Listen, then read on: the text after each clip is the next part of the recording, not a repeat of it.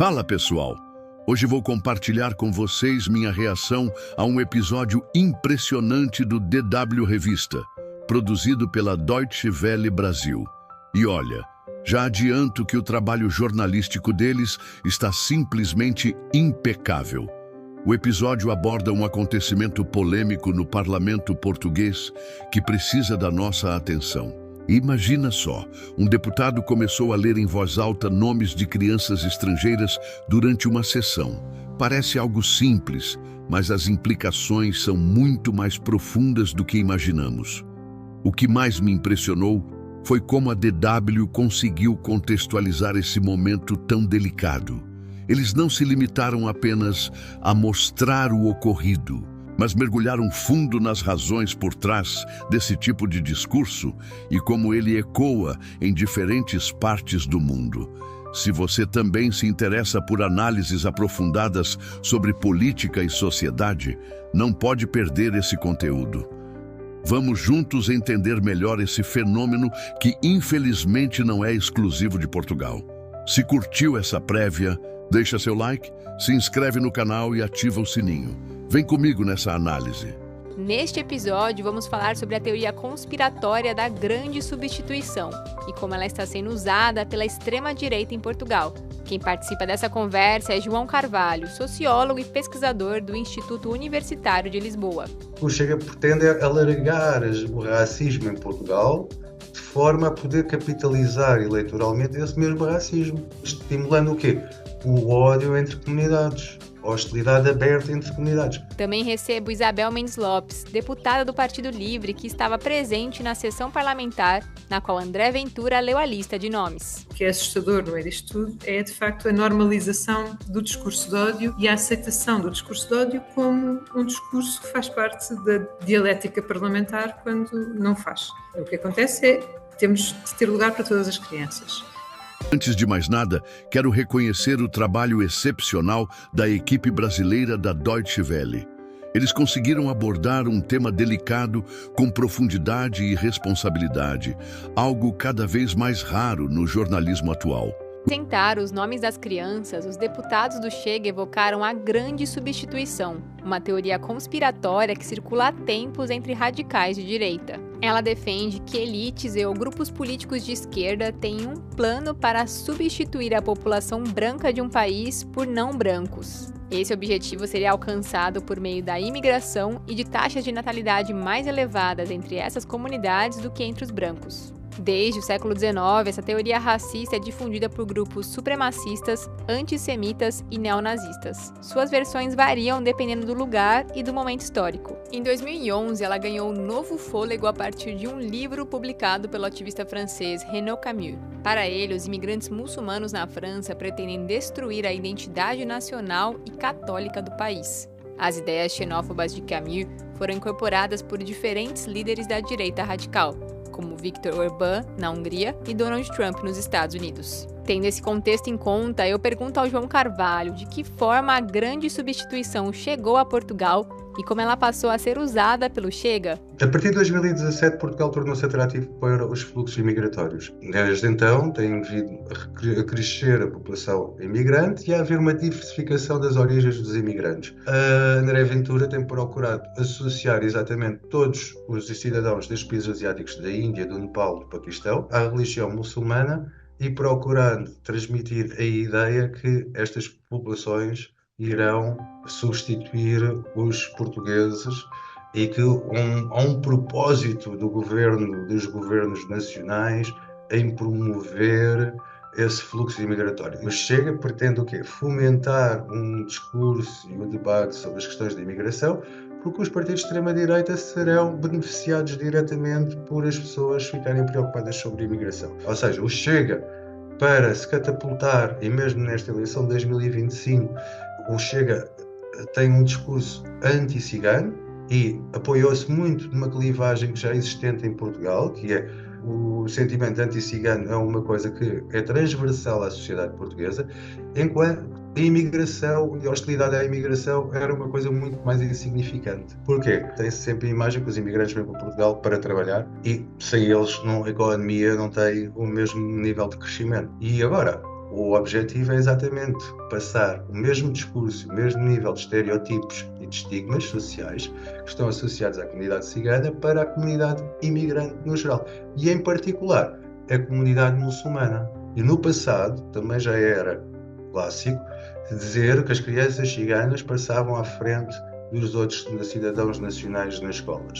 Entre 2017 e 2024, a população de estrangeiros em Portugal quadruplicou, segundo a Agência para Integração, Migrações e Asilo, chegando a 14% da população, a maioria brasileira, cerca de 1/3 do total. Eu pergunto agora ao João Carvalho e à deputada Isabel Mendes Lopes o que existe de falso e o que existe de real na afirmação do Chega de que crianças estrangeiras estão sendo favorecidas em detrimento das portuguesas no sistema de ensino. É totalmente mentira que os cidadãos estrangeiros, as crianças de cidadãos estrangeiros, tenham prioridade sobre os portugueses. A lei é igual para todas as nacionalidades, para todas as crianças. Crianças têm que ser integradas no sistema escolar em função da sua idade, em função do local de trabalho dos seus pais, em função se têm irmãos na escola. O que sucede é que, com esta quarta vaga de imigração, há uma diversificação da população e, naturalmente, os imigrantes também são acompanhados pelas suas famílias e há um aumento da diversidade dentro das próprias escolas. Apesar de ser totalmente falso, já existem cidadãos portugueses que se dirigiram às autarquias para contestar esta suposta discriminação positiva aos cidadãos estrangeiros, que é totalmente falsa. E qualquer criança que vive em Portugal tem direito a andar na escola, e tem direito a andar na escola pública, e isso também faz parte da nossa sociedade e faz parte do nosso estado social. E aí também há um problema que o governo não está a resolver de uma forma célere, que tem a ver com o número de vagas das creches e nos jardins de infância, mas isso não tem nada a ver com crianças estrangeiras ou não crianças estrangeiras. É novamente utilizar um problema real que existe para criar a divisão, o ódio e pôr pessoas umas contra as outras, através da criação de uma insatisfação, do aproveitamento de problemas que existem, que é preciso resolver, mas empolá-los e atribuir-lhes até causas erradas e encontrar inimigos que não existem. Você já parou para pensar como teorias antigas podem ganhar vida nova nos dias de hoje?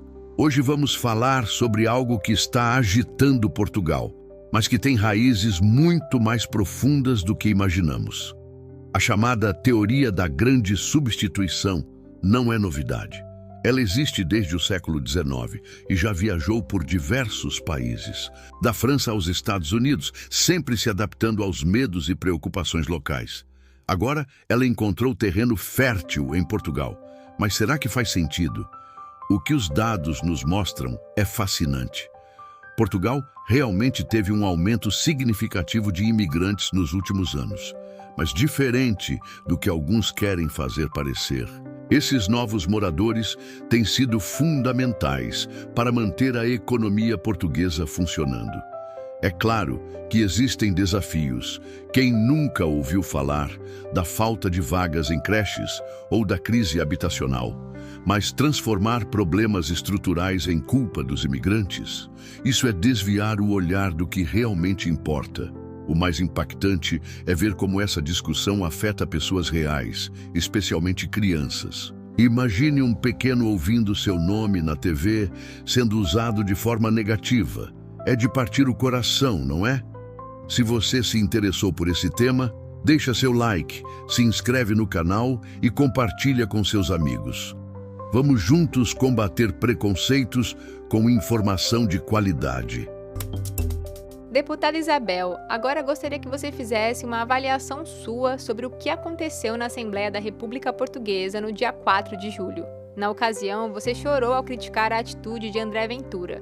O que mais te incomodou? Eu acho que a emoção também faz parte da política e nós não podemos aliar a emoção da política e, portanto, é isso. Quando estou muito frustrada, como estava na sexta-feira, ou quando me emociono, muitas vezes a minha reação é a que eu tive na sexta-feira. Quando falamos de crianças, eu sou muito vocal. É um assunto que me toca muito, porque, quer dizer, nós todos temos responsabilidade por todas as crianças, sejam elas nossas filhas, não sejam elas nossas filhas, tenham elas a nacionalidade que tenham. E, portanto, fico muito chocada quando vejo crianças a serem atacadas e quando vejo falta de empatia por qualquer criança. Foi achado normal serem ditos nomes de crianças, sem nenhuma consideração pelo impacto que isto tem em cada criança que ouve o seu nome. Quer dizer, é muito fácil para mim imaginar uma criança em casa a ouvir o seu nome e a perguntar aos pais porque é que estão a dizer o meu nome na televisão, ou os colegas a dizer, olha, disseram o teu nome no Parlamento, e isso provocar sofrimento. Desde 2019, o Chega e seus partidários alcançaram grande visibilidade entre o eleitorado português a partir de falas polêmicas, reproduzidas sobretudo nas redes sociais. Na eleição de 2025, o partido conquistou 60 cadeiras na Assembleia da República Portuguesa, o que corresponde a cerca de 23% dos mandatos. Mesmo com uma alta de 20% em relação à eleição anterior, esse número não foi suficiente para assegurar ao Chega uma maioria no parlamento, que no final ficou com a coligação de centro-direita Aliança Democrática, encabeçada pelo Partido Social Democrata. Esse grupo político que ascendeu ao governo incorporou o discurso defendido pelo Chega de endurecimento das regras para a imigração. Eu pergunto então ao João Carvalho, como o Chega tem usado discursos radicais e se beneficiado disso na política portuguesa? O que nós assistimos no Parlamento português não assistimos noutros parlamentos nacionais. O nível, por exemplo, exatamente, a citação direta de nomes de crianças inscritas numa escola pública pode constituir um crime de incitação ao racismo. Só que o sistema judicial português é tão bizantino que não está preparado para responder com agilidade a estas questões. A própria Assembleia da República não tem um regulamento que possa disciplinar o comportamento dos seus deputados. Portanto, o Chega tem capitalizado esta liberdade e tem adotado um discurso cada vez menos civilizado, cada vez mais próximo do discurso de ódio de franjas como a franja neonazi que existe em Portugal. Por outro lado, um fator preponderante também atualmente, por trás deste discurso incivilizado, será a conivência do Partido Social Democrata com o discurso do Chega. O Partido Social Democrata encetou uma política de acomodação do discurso de extrema-direita relativamente à imigração, procurou cooptar as suas propostas legislativas e, perante esta atitude de conivência do PSD com o Chega, iremos assistir cada vez mais à normalização deste discurso que é abertamente racista e xenófobo e que não tem sanções judiciais e que passa incolumemente na sociedade portuguesa. Costuma ser na ciência política que os partidos de centro-direita têm um papel fundamental na ascensão dos partidos de extrema-direita e na sua consolidação, e o que assistimos em Portugal é que há uma transformação do centro-direita nacional. E deputado... Sabe aquelas discussões acaloradas que vemos por aí? Não são apenas debates espontâneos. Na verdade, fazem parte de uma estratégia bem pensada para transformar tensões sociais em ganhos políticos.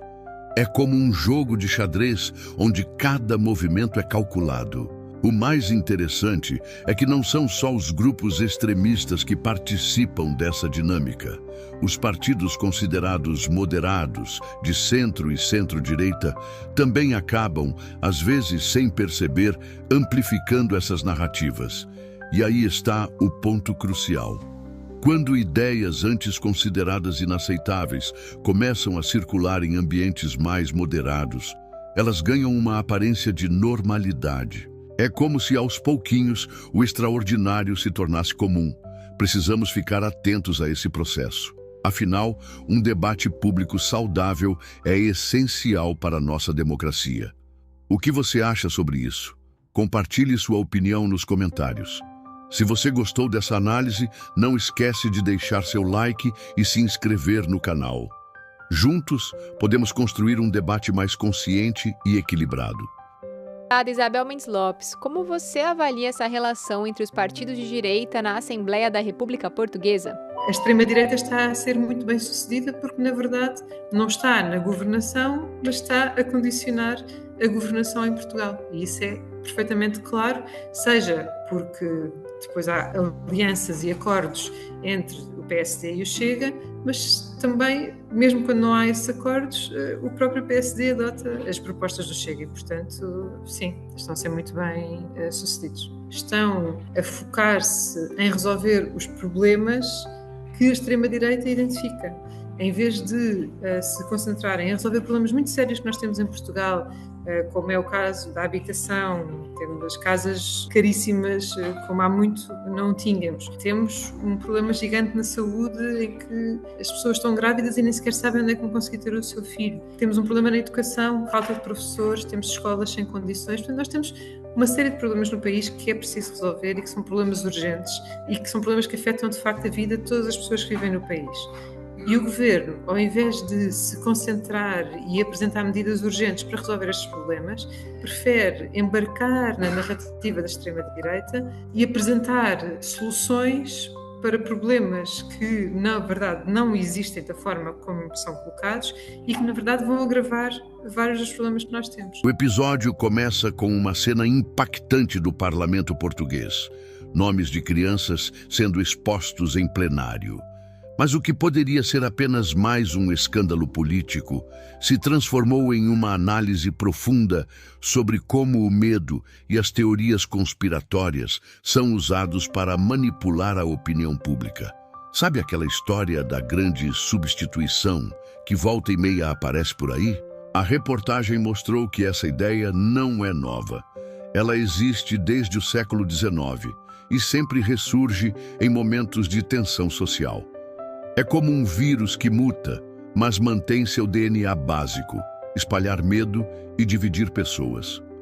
O mais interessante é ver como esse discurso se adapta em diferentes lugares. Na França, virou debate sobre identidade nacional. Na Hungria, foi usada contra a União Europeia. Nos Estados Unidos, apareceu em campanhas eleitorais. E agora chegou a Portugal. Mas vamos aos fatos.